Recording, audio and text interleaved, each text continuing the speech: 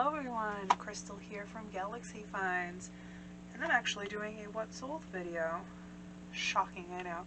I had asked on my YouTube page, and everyone that answered said yes, I should do one, so I'm going to do a short one because what sold videos are not my fave, but if you want to see it, I'm going to show you. So October was my best selling month the entire year reselling. So I figured I would share my October sales that are over $50, well $50 and more. The bulk of my sales are from Poshmark, per usual. I did have a couple Depop sales and a couple thrilling sales. Only one of my thrilling sales was over $50. And I actually sold something on Mercari, which is kind of hilarious because I only have like 20 items on Mercari and I literally never list there. So whatever. I mean, I'm mostly Poshmark and you guys know that. And yeah, I'm gonna pull out my trusty Trapper Keeper. Yes, I bought myself a Trapper Keeper for nostalgia's sake. And I'm gonna tell you my Poshmark sales over $50. First of all, we have this vintage 60s black balloon dress. So this dress was really interesting and unique, and it had like if you looked at it, it looked like a sack, but inside it had like a little elastic that like attached inside, so it like defined the waist. It was really cool. It was from an estate sale that I'd gone to, the estate sale where I got all of those vintage Lilly Pulitzer dresses. So like this woman had she had really good style and she had really expensive pieces. But this dress sold for $70. I think I had it listed for like $100, and I took an offer, which was fine because I have had it for a bit.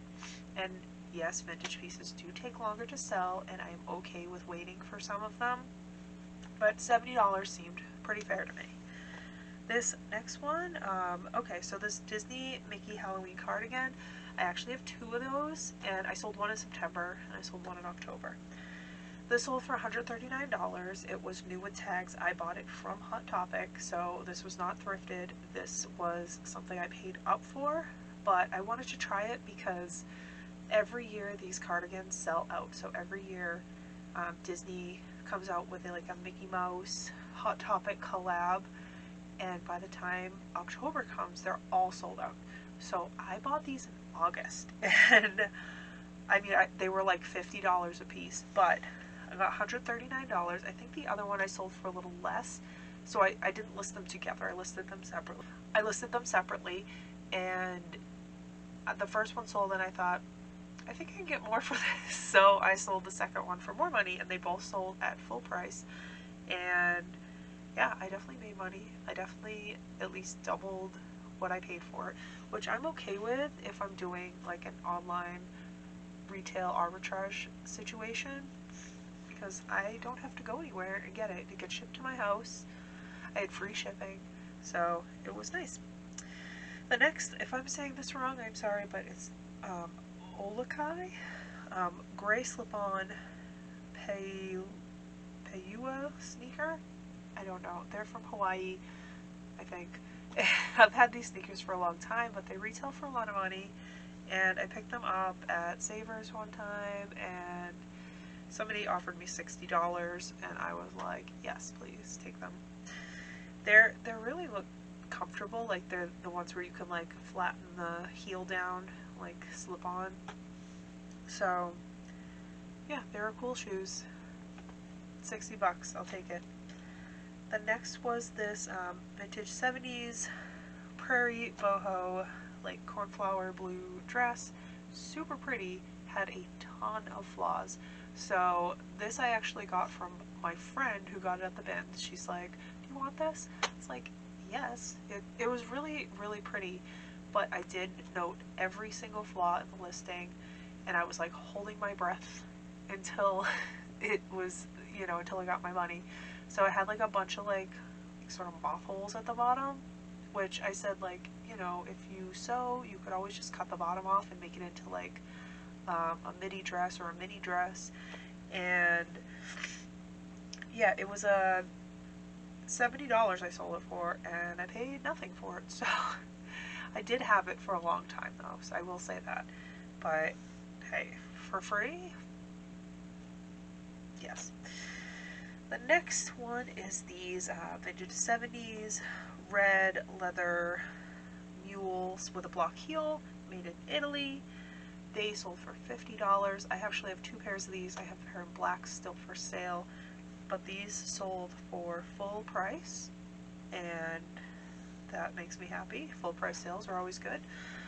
And yeah, I got these at an estate sale. I got a bunch of shoes at this estate sale, and they were all like larger sizes, which was nice. I think these were a 9. They're all like between like a 9 and a 10. And usually with vintage shoes, you don't really find bigger sizes, so I was happy about that.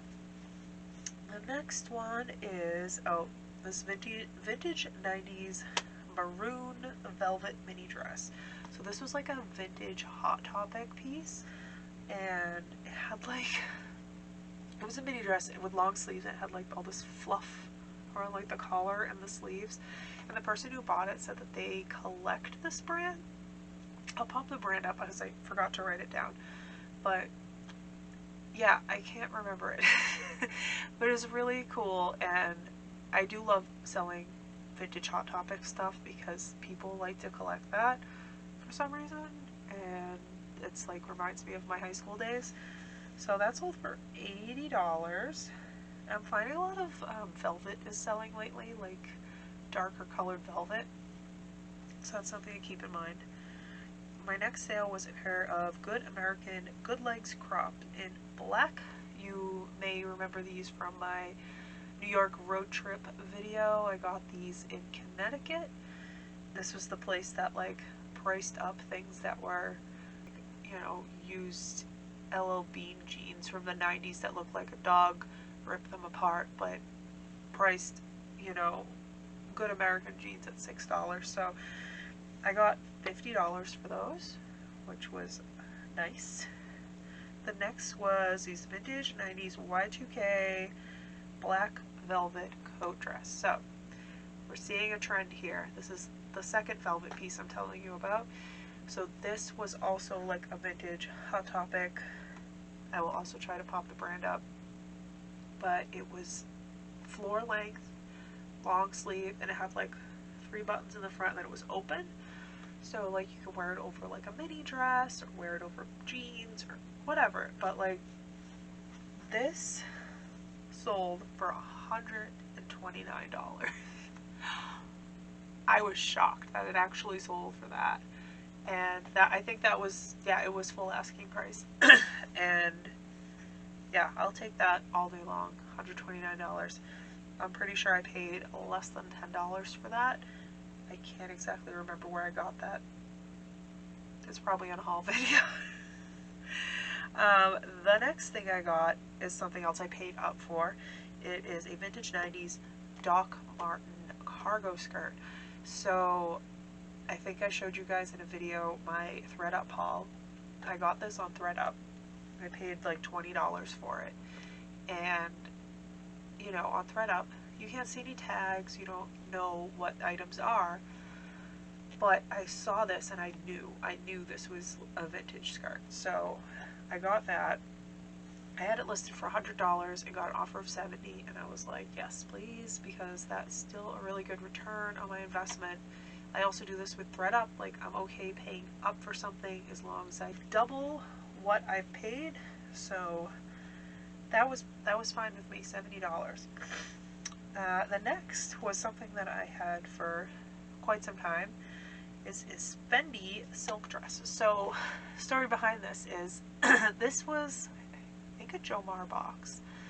I forget what I paid for it, but it was a 50 item box of items without labels. And I was like, I'm really good at finding like stock photos for things and finding stuff out, so I ordered this box.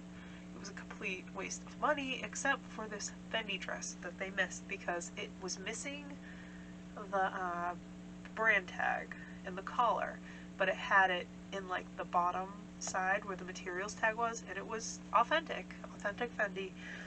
And I sold it for $101. I'm pretty sure I had it listed for like $2.99 because I just didn't know how to price it.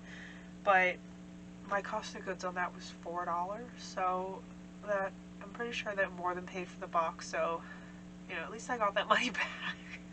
Because I'm pretty sure I only sold like 2 other items from that whole box, and it's still sitting somewhere in my house.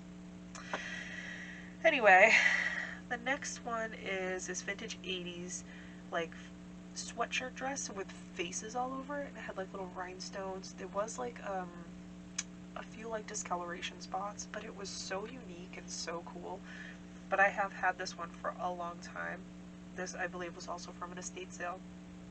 I probably paid like $5 to $8 for it, and I sold it for $55, so that wasn't too bad. None of my Depop sales were over $50, so not even going to mention that. Thrilling, I sold another vintage velvet coat dress. You guys saw this one in my Halloween haul. I went to the Halloween section at Savers like at the beginning of October. I found this gorgeous, gorgeous coat. It was by Nippon Boutique, which is Alfred Nippon's like high-end line, I guess. Although I think all his stuff is kind of high-end. But oh my god, I saw it and I had to have it. I think it was listed. It was tagged at like $25, and I had 20% off, so I got it for $20. But I sold it for $129, and on Thrilling they only take, now it's like 13% because they take 10% and then PayPal takes like 2.9% or something. So less of a fee than Poshmark, but $129 sale. So not bad. So those are my October sales, over $50. Wanted to make this short and sweet and just show you what's selling for higher prices. Most of it's vintage, as you can see, but there's a few good brands in there to write down. Yeah, so thank you for watching. I hope you enjoyed it. Hope you have a great week.